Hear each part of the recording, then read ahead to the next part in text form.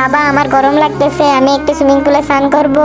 কি ঠান্ডা পানি, কি সুন্দর। এ স্পেডি, তুমি এখন অনেক ছোট, তুমি এখানে স্নান করতে পারবে না। চলো এখান থেকে, যা এখন করে যা।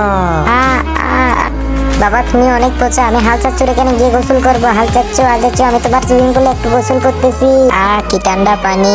এই পিচ্ছি, তোর এত বড় সাহস, যা এখান থেকে, আর কখন আসবি না।